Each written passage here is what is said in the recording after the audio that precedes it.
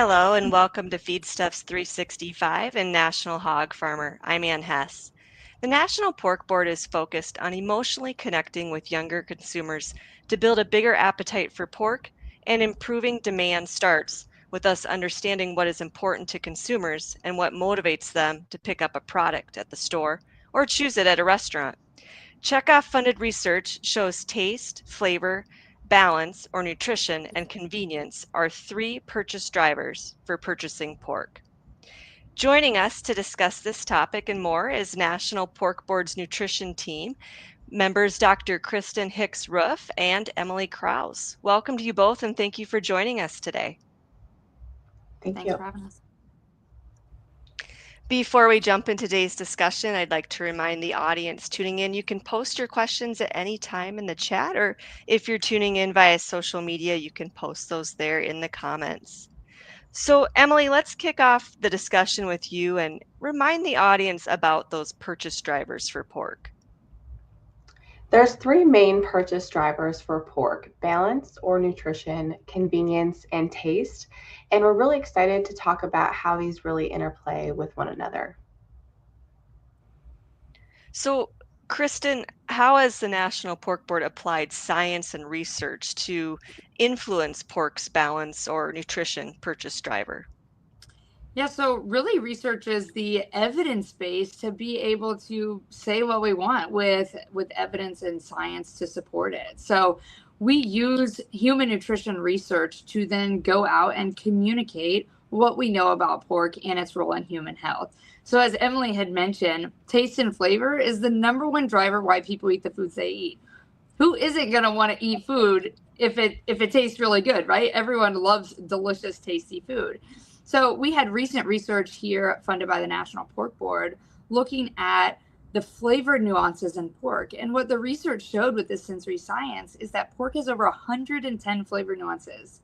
So we can take this complex science and then go out and translate it and communicate it to health professionals and consumers to talk about all the different flavor nuances with pork and how and why it pairs really well with different fruits and vegetables because of its different flavor nuances. And then some of our other science that we have both in the United States and in Korea, where fresh pork is the predominant protein consumed. What we see is pork is what we call a carrier food to getting people to eat more fruits and vegetables. And so this data looked at pork consumers versus non-consumers, and what they saw is that pork consumers have higher intakes of key nutrients, things like zinc and choline and potassium, but also higher intakes of key food groups like fruits and vegetables, which as dietitians, we always want people to eat more fruits and vegetables. So how can you use pork almost as a flavor driver or a flavor vehicle to get people to eat more fruits and vegetables? And that's what the data is showing. And that's how we take science and go out and communicate it to be able to support why pork can be on your plate. I like that flavor vehicle, and it's definitely not a boring story with the 110 nutrition components there of pork. So, Emily, how has the National Pork Board connected with health and wellness professionals to teach them about the nutrition purchase drivers of pork? At the National Pork Board, we have what we call our Pork and Partners healthcare professional community. And this is really the vehicle on how we are communicating this awesome research that Kristen talked about to our healthcare professionals. We have email that goes out monthly. We have an Instagram. We go to conferences and in-person events, and we host in-person events to share this latest research, to share recipes, to share handouts. And we have all of these different learning opportunities for dietitians and other healthcare professionals on pork nutrition. And we actually surveyed our Pork and Partners members at the end of 2024, and we found that webinars were the number one topic or the vehicle that they wanted this information in. It's an accessible way for them to get this information, to get this research, and be able to ask questions. We held 3 at the end of last year, and we are planning on holding 3+ this year. And there's so much opportunity for topics, especially as more and more research on pork nutrition is coming out. And the healthcare professionals are really loving the research and the education that we're sharing, we now have over 2,600 healthcare professionals within our community, and we haven't even had this community for 2 years yet. So there is a need, there is a want for this information, and we finally have this way to be able to share this information. And I think the most important is that they can then use in their own practice as healthcare professionals. And that's something that we're in constant communication with them on, is what is the most valuable to them, because we can share information all day long, but if it isn't valuing them as a healthcare professional and the work that they do, it's not going to go very far. And so we've really built this wonderful community that is more of a conversation versus us just talking to them. That's great. And I assume your conversation doesn't just cover flavor, nutrition. You're probably talking convenience there too. How has Pork and Partners community learned to make convenient and nutritious meals to share with clients? So one of the biggest misconceptions is that being in the kitchen and cooking a nutritious and delicious meal is going to take a lot of time, and that's certainly not the case. In the time that Kristen and I have been at the National Pork Board, before even talking about preparation methods, one of the biggest misconceptions or maybe outdated information that we're hearing from healthcare professionals is cooking temperature. So when they're sharing outdated cooking temperature times, we know that people aren't necessarily getting that best eating experience from pork. And so it's really exciting to be able to share them, even though, food safety, cooking temperatures isn't necessarily the most fun thing to talk about. Maybe for dietitians it is, but for other people, maybe not. But it's so exciting to, correct that information, so then they have that not only for themselves and their families, but then to be able to share with their patients and clients. Because we know when a pork chop is cooked to the right temperature, it is tender and juicy and delicious. And so that's kind of the first step that we've taken. And then from a convenience factor, I'm going to throw out a fun fact here. There is actually more households in the US that have air fryers than coffee makers, which was shocking to me when I first learned that, because coffee maker kind of seems like a household staple. Well, air fryers have quickly overpowered that. And so a lot of households have air fryers, and that is such a convenient way to get food on the table more quickly. And they're really easy to use and clean. And we know that pork tastes delicious when it's in an air fryer. And through the flavor research that Kristen talked about, we actually know that pork tenderloin, the leanest cut of pork, when it's prepared in the air fryer, it is more flavorful and more tender than any other cut of pork versus in any other preparation method. So that's something to say, that the leanest cut of pork can be tender and juicy. And so giving our healthcare professionals recipes and the confidence to be able to get people to try pork, add pork to the air fryer and make a quick and easy meal, that's huge. I'm also a huge fan of the slow cooker. I use it probably at least once a week in our household. And what I love about those two different preparation methods is that you can cook the vegetables right along with it. Again, Kristen said, us dietitians, we love when people have fruits and vegetables. We want them to eat more of them. And so if we're giving them an option to have those vegetables right along with that pork chop or that tenderloin, that's a huge way to win, not only from a dietitian standpoint, but also for the consumer when they're getting that recipe on the table in a quick amount of time. And even if they're able to then cook once and eat twice too with that recipe. So there's so many ways that pork can be convenient, and we're able to share that with healthcare professionals that then disseminate that to all of their patients and clients. That's an awesome fun fact. I pulled out the air fryer last night, and I would have much rather had a pork loin in there than what we did have.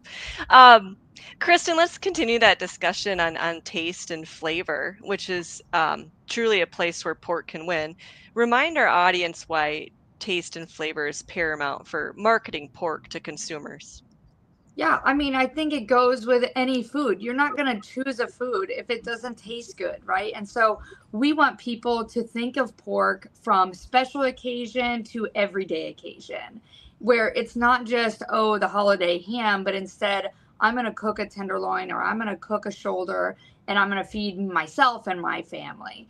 And so that's really a big focus. And again, you got to make it taste good. Otherwise, people aren't going to want to come back and purchase it again. So when we think about this younger generation who's maybe uncertain with cooking pork or potentially other animal proteins, for example, how are we going out and talking with them? Well, number one, we're going out and talking with them with how pork fits in cultural cuisines, because that is going to be a key part. Pork is a versatile protein that is in foods all over the world. What we know is pork is one of the most consumed proteins in the world, and we see that in data, but we also see it if you go look at different ethnic cuisines here in the US. So how do we take these different cuisines and meals, and how do we bring that here in the US and really accentuate where pork plays a role? And I think that's critically important, and it's going to not only be beneficial for the pork industry, but as Emily and I talked about, it really embodies this pork and plants that we talk a lot with health professionals and nutrition scientists. And that's what you see in many other countries, such as Korea. Pork is an ingredient, and pork is the carrier food to getting people to eat more fruits and vegetables. And so I think that's one of the big ways of how we're going to embrace the taste and flavor. And you will still have all our traditional American pork cuisines, right? I'm not saying we're getting rid of that. What I'm saying is we have our staples, but now we get all this culinary adventure of different global flavors. And if you look at any food and nutrition trends report projected for 2025, every single one that I've seen, and trust me, I see a lot because I'm a researcher and I'm constantly in the nutrition space, every single one has global flavors as a top key trend. And so it's how is pork really locking in on that? And so one great way that we are communicating with the health professionals of what Emily's doing is we've created this pork and plants world of flavors. And what it is it's this really fun flavor wheel that I can share the link with your listeners so they can see. But it's this really fun flavor wheel that talks about pork and plant pairings, as well as embracing the flavor and including pork in different cultural cuisines around the world. So you're taking this really complex science and translating it into something that chefs and dietitians and consumers can then go out and create the dish that maybe they've never tried before, like a banh mi from Vietnam. Like maybe they've never tried that, but it's a unique way to experience pork. And so one really fun example of a program that we started in 25, but we're going to continue to expand in this initiative is in K-12 school meals. So we have a partnership with a group called School Food Rocks, and we're creating a bilingual English and Spanish recipe book for K-12 institutions on how to integrate pork in the global cuisines for children and young children in schools. And I think, again, if you look at any trends report, global flavors is really one of those predominant ways. So how is pork capitalizing on the global flavors? It's really easy. We're already there. I mean, it's just how do we take all those recipes and actually bring them into practice here in the US? And, as a dietitian, we know the US is a melting pot of cultures. And so it's how can we embrace those cultural traditional foods? And so we're excited to really launch this recipe ebook with K-12 administrators and chefs and dietitians to really get them to see pork in a new light and pork as a staple, right? You're never getting rid of a pulled pork or a chop. And those are things that you're seeing really coming back in school districts. But then how do you embody these flavor and global flavors and bring in a tonkatsu or bring in a banh mi or, all of these different, maybe a ramen bowl, which is really trendy with these Gen Z and Gen Alpha. And so I think that's really where pork is going to capitalize on flavor, really accentuate the cultural aspects, because that's where we also win. And how do we bring it all together with an underlying message that pork and plants, that's a health combination, right? And so I think that is a way that we're really integrating our nutrition work into the consumer, into retail, into health professionals, and our other stakeholder groups. Yeah, you mentioned global flavor, and my daughter's a freshman in college, and that's her favorite spot in the dining hall is to go there and try all different kinds of cuisines. But when we're talking K through 12, and they're talking they need convenient, nutritious meals, how has Pork Board promoted pork to school lunch programs for those audiences we talked about, Gen Z, Gen Alpha, so they can be exposed to pork's taste and flavor? Yeah, I think it's as Emily mentioned, we're really investing in some recipe development to bring the latest gadgets, whether it's the Instapot or the air fryer or what have you. So it's how can we use some of those gadgets in with especially non-school districts, right? That's going to be like your home appliance. But then with the school districts, how are we taking pork and bringing it and integrating it in this global flavors, because you're seeing a lot of K-12 looking to expand their menu options as they have a diverse melting pot of students. And so what we're trying to do is how can we bring an education and resource to talk about pork nutrition, to talk about pork and sustainability, which we have several papers out talking about pork being a sustainable, nutritious protein. And then number three is how do these dietitians and chefs who work for school districts, how do they integrate pork options into their menu cycles? So it's education, it's training, and these are things that we are supporting at the National Pork Board to really help K-12 decision makers look at pork as a delicious menu option that's really going to provide not only a full the kids having full bellies, but it's going to be something that tastes really good. You're going to reduce waste, and you're going to really help make sure that student enjoys the meal. And then we all know that if kids are eating good food, it's helping them grow, it's helping them do well in school. I mean, it's a win-win all the way around, and we think pork can play a key role in that.